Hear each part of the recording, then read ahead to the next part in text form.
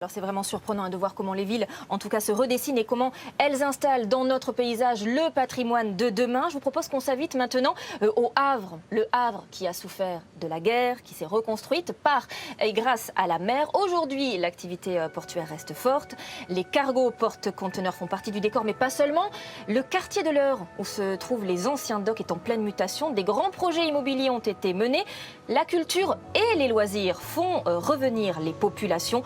Gwenaëlle Bron, vous avez choisi une œuvre d'art, une piscine signée Jean Nouvel pour nous parler de ce renouveau. Bonjour Marie-Sophie, bienvenue au Bain des Docks, une piscine tout à fait hors du commun, unique en France. D'abord parce qu'elle est signée Jean Nouvel, vous le disiez, l'architecte s'est inspiré des termes romains. Alors la mosaïque est ici omniprésente, le bâtiment est épuré et comme beaucoup d'artistes avant lui, Jean Nouvel a été séduit par la lumière havraise. Alors il joue avec elle, mais aussi avec les lignes, avec les volumes et également avec les couleurs, notamment dans le bassin ludique réservé aux tout petits. L'établissement, ouvert en 2008, a répondu aux besoins de l'agglomération qui était sous-équipée. On y vient de tous les quartiers de la ville parce que finalement la signature Jean Nouvel n'implique pas de surcoût. Hors balnéo, finalement, on est sur les tarifs d'une piscine standard. Je vous propose, Marie-Sophie, de découvrir l'intérieur dans quelques minutes, juste le temps que j'y aille. À tout de suite. Là, on va retrouver Gwenaëlle, ça y est, elle est à l'intérieur de la piscine Jean Nouvel. Voilà, j'y suis Marie-Sophie. Alors on voit nettement à l'intérieur l'influence des termes romains puisque nous sommes passés à des bains plus petits, plus intimes sur différents niveaux. Et on alterne finalement, comme à l'Antiquité, entre bains chauds, froids même si l'on souhaite, et bains bouillonnants. Ici, le maître mot, vous l'avez compris, c'est le bien-être. Et c'est finalement ce qui attire les nombreux habitués du lieu.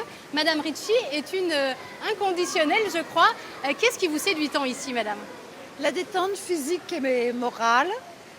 C'est un art de vivre. Chez les Romains, il est exact que les bains avaient un rôle social très important. Donc ici, nous alternons les exercices physiques et les liens et le plaisir des liens qu'on tisse avec les autres dans les échanges, l'écoute, l'enrichissement mutuel. En gros, c'est le mens sana in corpore sano que nous recherchons. Merci beaucoup, Madame Ricci. Autre singularité du lieu, eh bien, c'est sa situation, puisque la piscine a marqué le renouveau de la partie portuaire du quartier de l'Eure, tombée en désuétude dans les années 70 et qui était encore en friche il y a seulement 10 ans à peine. Depuis, la métamorphose est totale, notamment avec la réhabilitation des docks. À la place de ces gigantesques hangars où étaient stockées les cargaisons de café et de coton, eh bien, on trouve une structure, une galerie commerciale, une salle de spectacle. L'objectif était de transformer ces bâtiments tout en conservant les traces du passé. Et bien de ce point de vue-là, on peut dire que c'est tout à fait réussi. Le quartier s'anime petit à petit grâce à l'émergence du pôle universitaire et puis de constructions récentes, parmi elles la cité universitaire ad hoc, qui est un habitat pour le moins insolite puisqu'il est fait à base de conteneurs.